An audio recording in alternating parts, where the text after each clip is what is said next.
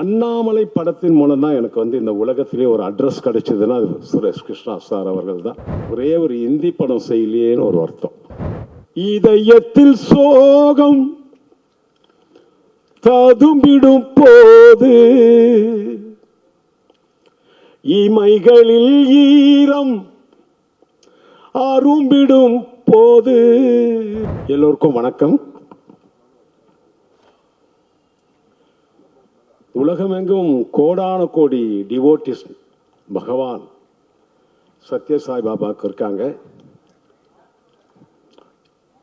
அவருடைய படத்தை நான் இசையமைக்கிற பாக்கியம் கிடைச்சதுன்னா அது பூர்வ ஜென்ம பலன்தான். ஓம் சாய்ராம். இதுக்கு அண்ணாமலை படத்தின் மூலம் தான் எனக்கு வந்து இந்த உலகத்திலே ஒரு அட்ரஸ் கிடைச்சதுன்னா அது சுரேஷ் கிருஷ்ணா சார் அவர்கள் தான். டைரக்டர் சுரேஷ் கிருஷ்ணாவுக்கு எனக்கு இந்த ஒரு வாய்ப்பை கொடுத்த டைரக்டர் அவர்களுக்கு என்னுடைய வணக்கத்தை நான் நன்றியும் தெரிவிச்சுக்கிறேன். கோடான கோடி ரசிக டிவோட்டிஸ்க்கு ஒரு 5 ஃபேமிலியில் நடந்த ஒரு நிகழ்வு தான், ஒரு மிராக்கிள் தான் இந்த படம். இந்த படத்தை இப்படி ஒரு வாய்ப்பு கிடைத்ததுக்கு ரத்னாகர் சாருக்கு என்னுடைய நன்றியை நான் தெரிவிச்சுக்கிறேன். அதே மாதிரி கிருஷ்ணமூர்த்தி சாருக்கும் என்னுடைய நன்றியை தெரிவிச்சுக்கிறேன். கிருஷ்ணமூர்த்தி சார் வந்து நான் கம்போசிங் பண்ணும்போது எந்தெந்த ஒரு நல்ல மெலடி எந்த இடம் வருதோ அங்கெல்லாம் வந்து ரசிப்பார், தலையாட்டுவார். அப்போ தான் தெரிஞ்சுக்கிட்டேன் இவருக்கு நல்ல ஞானம் இருக்குது அவருக்கு அப்படின்னு தெரிஞ்சுக்கிட்டேன். Girish sir thank you thank you. அதே போல் இப்போ ரீரெக்கார்டிங்காக படம் பார்த்தேன். யாருமே நடிக்கலை, கேரக்டராகவே ஆல் த ஆர்டிஸ்ட் அப்படியே கேரக்டராகவே மாறிட்டாங்கப்பா. இதுக்கு முன்னாடி நான் ஒரு படம் பண்ணேன், சாரு பேசி YG Mahendran sir. Suresh Krishna sir படத்தில் நடிக்கணும்னா நல்லா நடிக்க தெரிஞ்சவங்கள தான் கூப்பிடுவார்னு நினைக்கிறேன். அப்படியே அற்புதமான நடிகர்கள் நடிகைகள் அவர் படத்தில். ஒவ்வொரு சீனும் அப்படியே மனசை டச் பண்ணி தான் போகுது. இந்த படத்தில் நான் வந்து முக்கியமாக ஒரு வியாழக்கிழமை அன்னைக்கு கம்போசிங் ஆரம்பித்தோம்.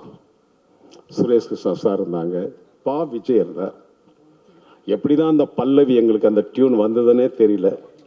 அன்னை நீயே, தந்தை நீயே, ஆசான் நீயே, அகிலமும் நீயேன்னு ஒரு அற்புதமான விஜய் அவர்கள் வந்து அந்த வரியை எடுத்து கொடுத்தார். நான் கம்போஸ் பண்ணினேன்.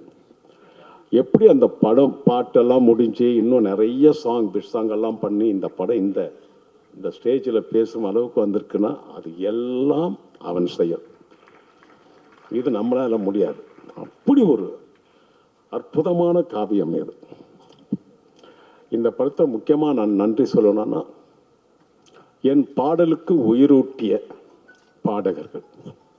ஹரிகரன் சார் அற்புதமாக பாடியிருக்கார், நீங்கள் கேட்டீங்க. என்ன அவர் அந்த பாவம், அந்த வார்த்தைகள் அவ்வளவு அழகாக பாடியிருக்கார். என் தம்பி மனோ அவர்களுக்கும் என்னுடைய நன்றியை நான் தெரிவிச்சுக்கிறேன். சிம்மை அவர்கள் அவங்க எல்லாரும் நல்லா பாடியிருப்பாங்க. இந்தி காயத்ரி பாடியிருப்பாங்க. இன்னொரு இந்தி சாங் குணால் அவர்கள் பாடியிருப்பாங்க. சுரேஷ் கிருஷ்ணா சார் வந்து எனக்கு தமிழ் படம் மட்டுமல்ல, தெலுங்கு, மலையாளம், கன்னடம் எல்லா படமும் குறைஞ்சது ஒரு 25 படத்துக்கு மேலே, டோட்டலாக ஒரு 50 படம் செஞ்சிருப்பேன் அவரோட கூட. ஒரே ஒரு இந்தி படம் செய்யலையேன்னு ஒரு வருத்தம்.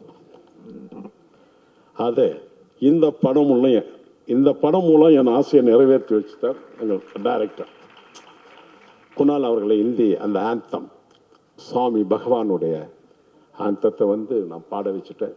எனக்கு என்ன ஒரு ஆசை, இந்த ஆந்தம் இப்போ பாடின பாட்டு சத்ய சாய் பாபா பகவானுடைய டிவோட்டிஸ் எல்லாரும் பாடணும். அதுதான் என்னுடைய ஆசை, அதுதான் என்னுடைய ஆசை. இந்த நான் கம்போஸ் பண்ணி விஜய் அவர்கள் எழுதின சாங்கை எல்லாரும் பாடணும். அதே மாதிரி என்னுடைய சன் ஸ்ரீகாந்த் தேவான் தான் வந்து அசோசியேட் கம்போசராக இந்த படத்தில் ஒர்க் பண்ணியிருக்காரு. அவருக்கும் இந்த நேரத்தில் நான் நன்றியை தெரிவிச்சுக்கிறேன். இதில் எனக்கு ரொம்ப ஒவ்வொருத்தருக்கும் ஒரு இது அந்த அந்த நிலைமை மோசமான நிலைமை ஆகும்போது ஒரு பிட் சாங் ஒன்று வரும். அது இன்னைக்கு போடலை.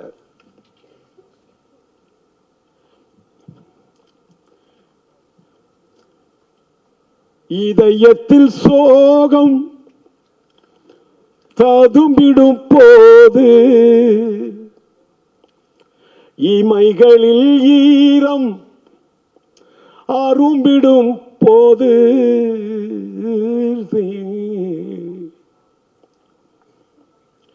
நம்பிய யாரும் விலகிடும் போது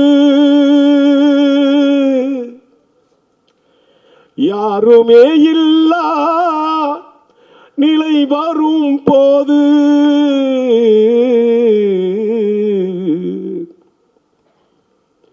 யாரை அழைப்பேன் நெஞ்சிலே பாபா, யாரை அழைப்பேன் நெஞ்சிலே பாபா, யாரை அழைப்பேன் நெஞ்சிலே, யாரை அழைப்பேன் நெஞ்சிலே பாபா, யாரை அழைப்பேன் நெஞ்சிலே. இது என்ன அப்படியே இது ஒரு தெலுங்கு, ஹிந்தி, தமிழ் அப்படி உருகி உருகி எல்லாரும் பாடியிருப்பாங்க. அவங்களுக்கு எல்லாருக்கும் இந்த நேரத்தில் என்னுடைய நன்றியை நான் தெரிவிச்சுக்கிறேன். பா விஜய் தமிழ் எழுதினாங்க.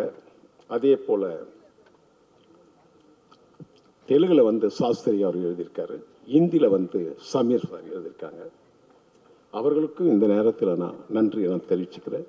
ஒரே ஒரு விஷயம், பாபா எல்லா டிஓடிக்கும் மிராக்கள் நடத்தியிருக்கார்.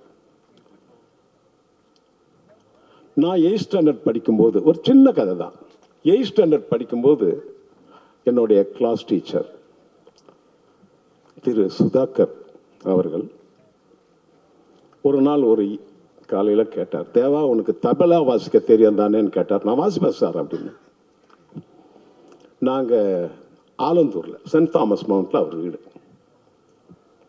வாரம் வாரம் நாங்கள் பஜன் நடத்துகிறோம் சத்ய சாய்பாபா மேலே. நீ தபலா வாசிக்க வருவியாங்கன்னார். கண்டிப்பாக வரேன் சார்னு. நான் ஏன் வரேன்னு சொன்னேன்னா, அவர் வந்து பாபா மேலே எனக்கு நம்பிக்கை இல்லை, அதுக்காக வரேன்னு சொல்லலை.